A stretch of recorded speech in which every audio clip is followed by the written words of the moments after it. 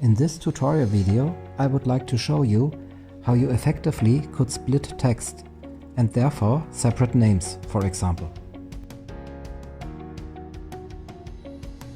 To start, I mark the whole column containing all names. I like to show the well-known method of text to columns first. I hope this shows you that the method of splitting text via formula is much more effective.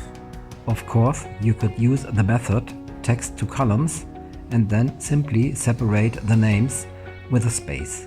The disadvantage of this method is that the values entered are only a copy. So if you have to change a name in the original table, it will not change in the output table.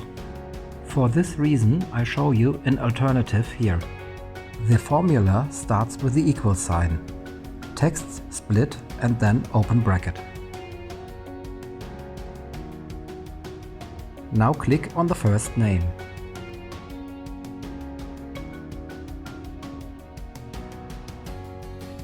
Add a semicolon and then show the space by using quotation marks. I closed the formula with a bracket.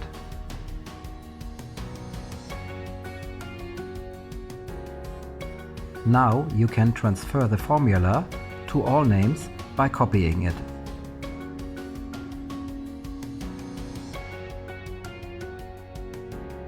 If I, for instance, now change Alexanderplatz into Alexanderweg, it will be reflected in the output table.